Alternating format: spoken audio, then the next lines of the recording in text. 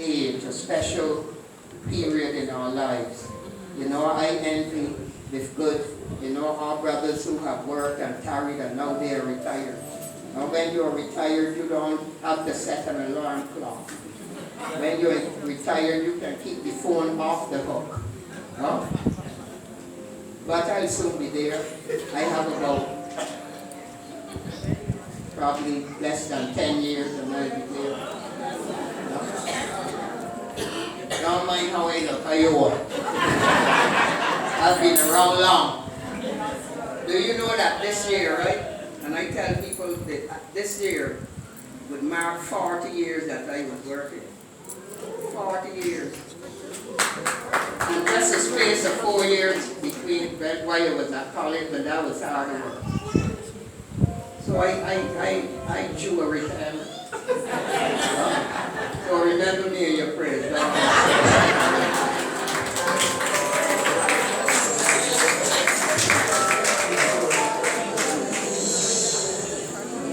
Thank you, Reverend Nurse, for your words of inspiration and allowing the Lord to use you to minister His word to us this afternoon. We're going to ask you to sit back and relax as we enjoy a musical presentation by Brother Thomas and the band.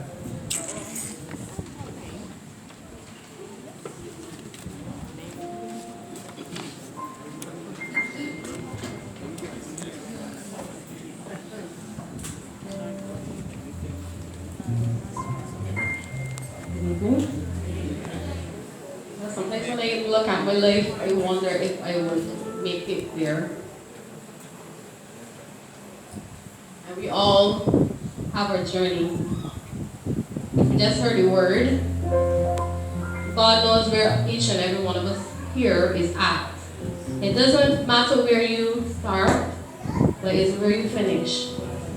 And I'll encourage you that no matter where you are at right now in your life, just keep pressing on, because He who has started the work in you is able to do what? To accomplish that work. So who's going to give Him all the glory?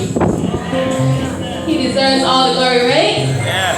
Hallelujah, hallelujah. How can I say thanks for the things you have done for me?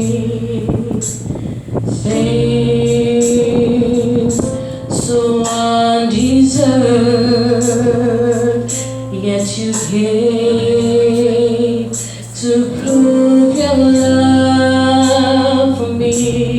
The voices of a million angels could not express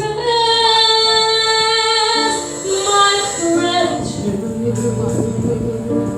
All that I am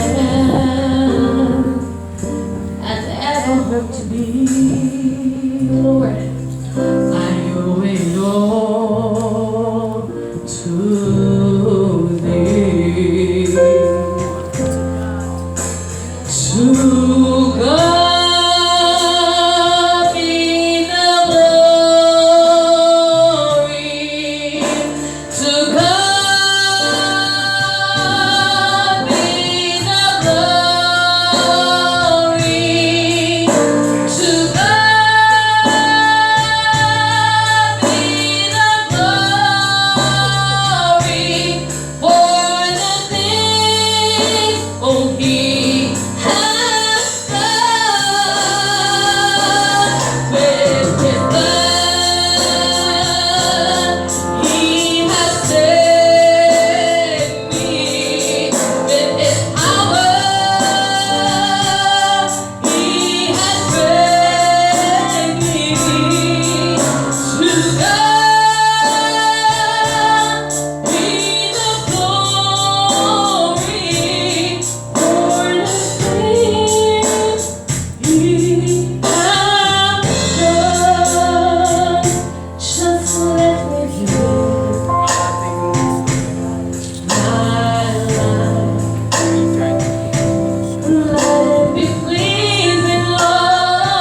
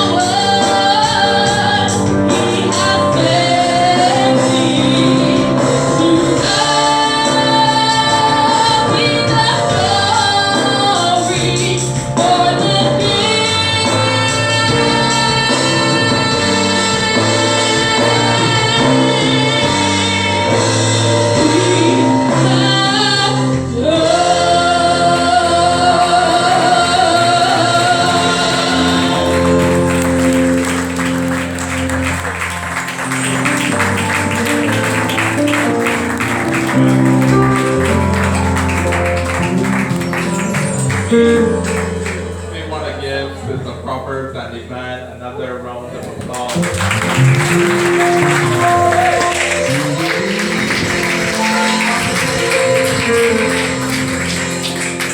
We're going to continue with Deacon Gill from the Coconut Grove Church to come and pay his tribute in the form of a poem.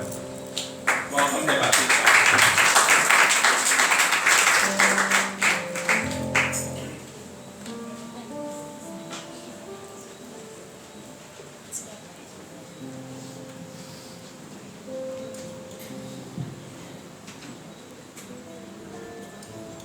Good evening, everyone.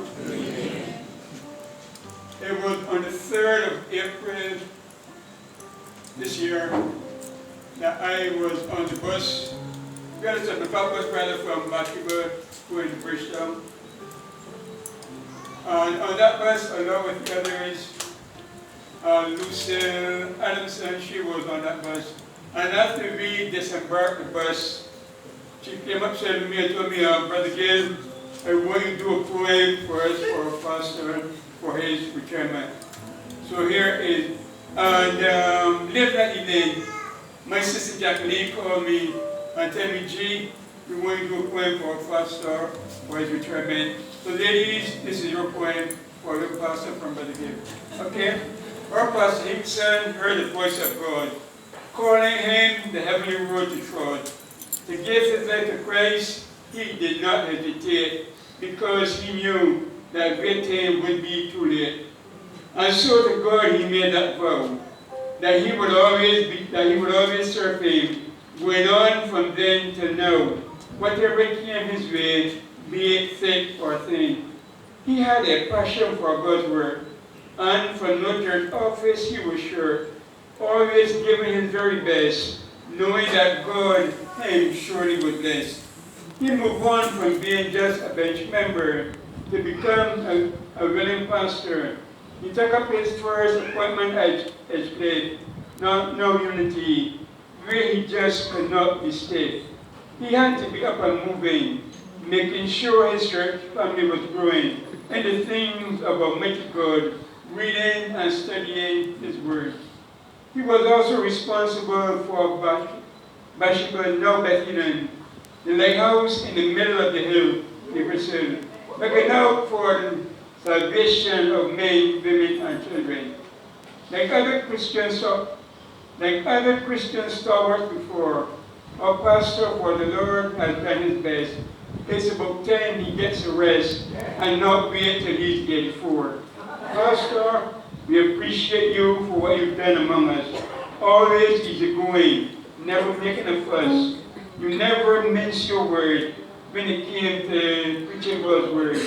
And so as you go on retirement, you can look back with a great sense of contentment, reflecting on all your accomplishments, which was accomplished by God's direction.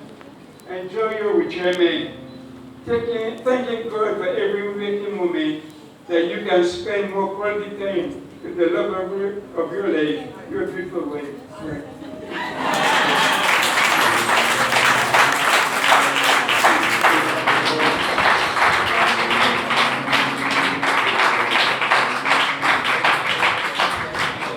Thank you, Deacon Gill. I believe it or not, we consider Deacon Gill as one of our own because he's here every single Friday night helping us with our youth department. Thank you, sir.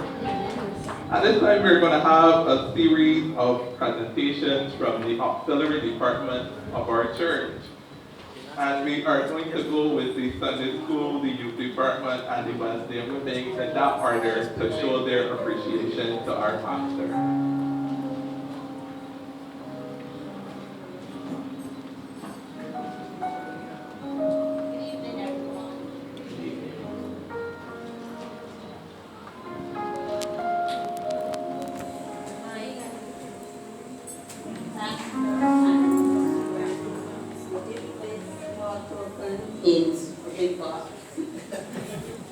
With love and appreciation, thanking you for all that you have done for and with us.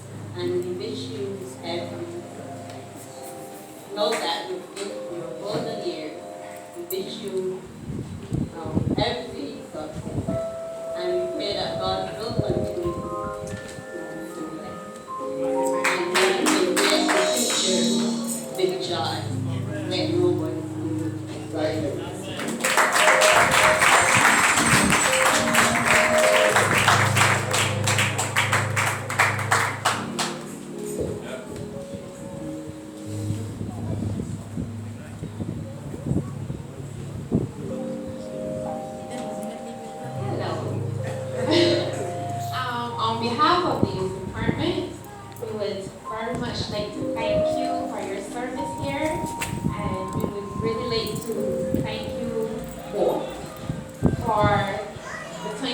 everything. You've been a mentor, you've been a shepherd, you've been a friend, and I really appreciate you. And I know it's time for you to take your rest. So, like I said, on behalf of the department, we'd like to present to you this token of our appreciation, and may you enjoy the rest of your time.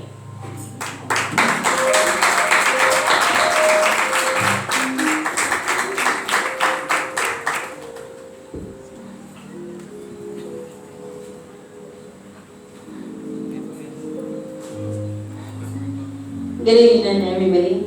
Now that one was for Pastor. Also on behalf of the youth department, I would like to present this token of our appreciation to Vern. You have been, the lady for the talks, and so many people would see Vern and think that she's just very, very quiet, but they have no idea that she's such a jokester. You can look to her for some laughter, some good girl talk, some good food, some good self. So good everything. The Reverend said that, when you find a wife, you find a good thing. This is indeed a good thing, a great thing, a fantastic thing. We love you and we appreciate you. So as you retire now, I really hope that the Lord will continue to bless you and that all his riches, love, comfort, and everything else that you may stand in need of, that you will find, not only in Reverend Hinkson, that you will find in him. Thank you.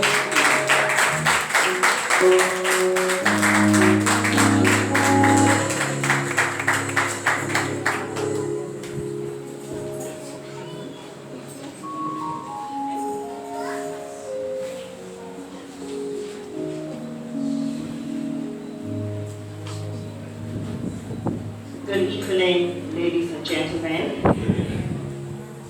Pastor Hinkson, Assistant Vern, for your faithfulness, fervor, friendship, support, sustenance, service, succor, your vision, your stickability, your persistence, and for having the intestinal fortitude to let nobody steal your joy.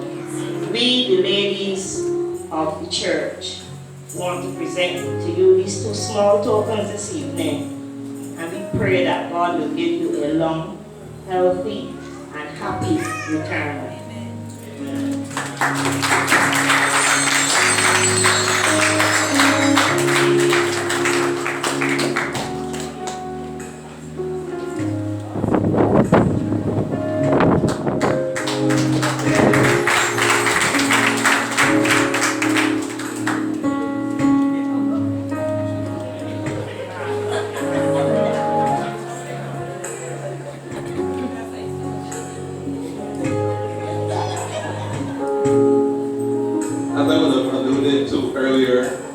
During the course of Reverend Hinkson's ministry, he was the pastor of the then Fashionable Church and Unity then Edgewood Church, and the members of that church at this time will also come and make a presentation to our pastor.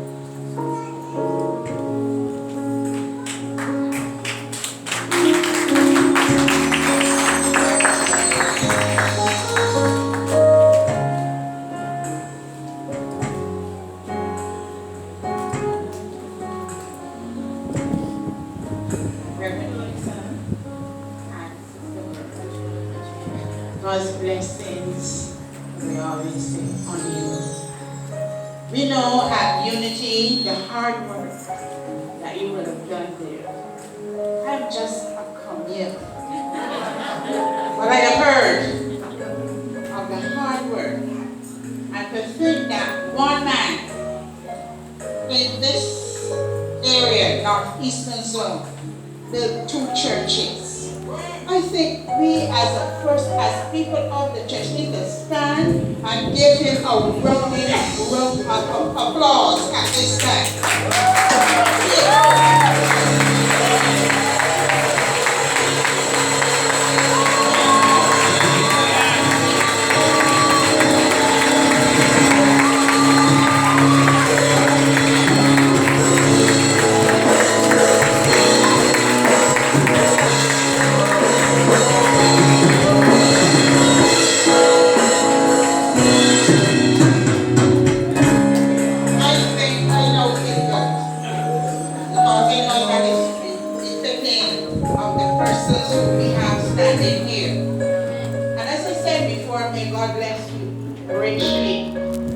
all your endeavors. Don't let anybody steal your job. Nobody. Because you have worked too hard. And you deserve your retirement in peace. Praise the Lord. So on behalf of the Unity Wesleyan Holiness Church, the board, the friends, the members, we want to present you with this small token of our appreciation. And let God continue to guide you. Reverend Hinkson and Sister Mary. Blessings on you. I love you. And may you continue to love the Lord with all your heart.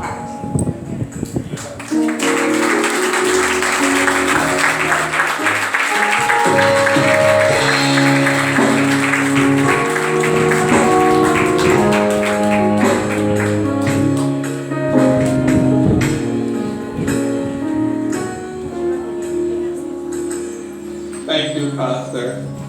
Before we hear from the couple of the hour, there is a mantra that Reverend Hinkson would always say every single Sunday morning. And we are going to say it together, and we want the members of Bethlehem to lead us. Every single morning, religiously, Pastor Hinkson would get up here and say, "This is the day that the Lord has made. We will rejoice and be glad in it. And don't let anybody steal your joy." Reverend Hinkson.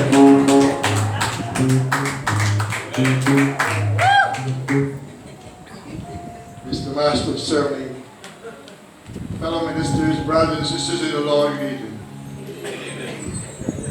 It's a joy and a privilege to be able to stand here and accept the words and gifts of people that we love. But before I go deep into that,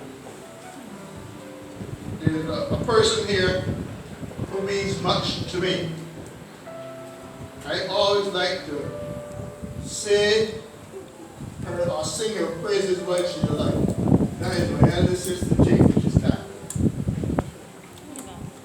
She is now 86.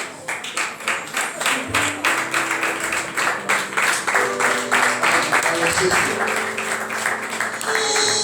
She also played a part in my life.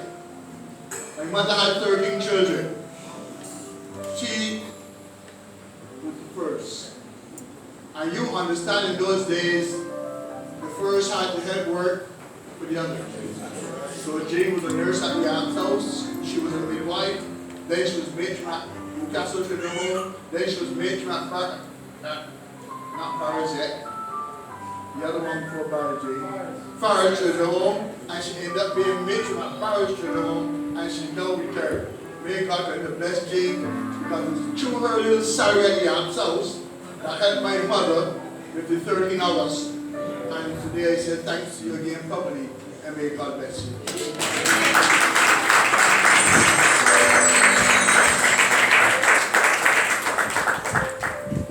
This ministerial journey of 33 years was an enjoyable one. It was not always sunshine, but it was always Jesus. And there are persons who prepared me for this ministry even without we recognized it. One of those persons is here this evening, Brother John Gamble. While I was at Ashland, John would have many appointments on Sundays, and he would allow me to go with him to those appointments. And I loved preaching, and I listened attentively. And then it happened that I had a little vehicle, and I would take him around when he had some appointments. And from those times I learned a lot. And I thank you, Brother John, for those times, although you were not sowing the seed, he would not know it. Thank you very much. The other persons who did a fantastic job and prepared me for ministry. And those people who were at Robert State service, memorial service, remember I said, Reverend Tate is the one that put me in the harness. When we were in St. Vincent conducting crusades, Reverend Tate would allow the other 3 members of the band to go free in the mountains and pick mangoes. But he chose Brother Hinkson to sit at the table with him and prepare the message for the night to come. And I said to him, he had 3 books I always remember. He had Dr. Peets, Adam Clark, and Josephus. Those 3 historians, Bible scholars. And he was said, Pastor Hinkson came this one. And when he wanted to reference that, he called on me, had to read it. And then he explained, and we studied for the night. And then after they get too tight, one day said, why can I go pick mangoes with the others? I let one night come through. He said, no, any night that I can't make it, you will run for the gap. So there he understood what he was doing. And he was one of the first pastors that took me on the course of Bible study in that deep way. And he gave me 3 friends, 4 of them. And I always remember them. Then when I met the Bible school, I had to use them. I always made sure that I kept in touch with those friends. How, when, where, and what. Whenever you read a scripture, you must consult those friends and see what they have to say. And that helped to build me as a preacher. There's one more man that I would like to thank, but he's not here. There was a man who was well known in the Wesleyan church by the name of Alan Young, one of the greatest preachers that ever graced the Wesleyan church. And he too, I held on to his coattail. And even on Saturday evenings when there was no church, Alan and we would go all in crowd. We will go in Aquavit Village on Saturday evenings while the other fellows run about, and we kept open there. And I learned a lot during those times, not knowing that would prepare me for a special ministry. So God, we thank you this evening. Praise God. Then when I was called to ministry, pastoral ministry, there were persons who were very, very helpful to me in the churches that I pastored. No Reverend Moore, then Lord Moore. He was my right-hand man. He assisted me in every area, even when he became pastor. And anything I wanted, I still could call out Reverend Moore, and he assisted me. Then there was also Brother Haywood, deceased, in the church. Now, when I became a pastor, back to you. And I contrast it with, somebody said, don't do it, but they had to do it. Contrast it with Edgecliff. All 2 of them had good strong points. Edgecliff had the strongest Sunday school and the best Sunday school on the entire district. And it was Brother Haywood, and then it was a young lady called Sister Gloria Hollingsworth. And whenever the district Sunday school superintendent wanted some person to tell them anything about the Sunday school, they would call Sister Gloria. Because we had the best Sunday school on the district. But when I came to Bathsheba now, Bathsheba had the strongest and up to now, the best missionary department. The women of Bathsheba in that department, they can carry the church. It is on their shoulders that the Bathsheba church was built. To God be the glory. We have some beautiful women. Praise the Lord. Now, you heard much about the Bathsheba church. We're not going to give you a history. But I will tell you what my goal was. I believe that if I live in a house that is beautiful, my church must be beautiful.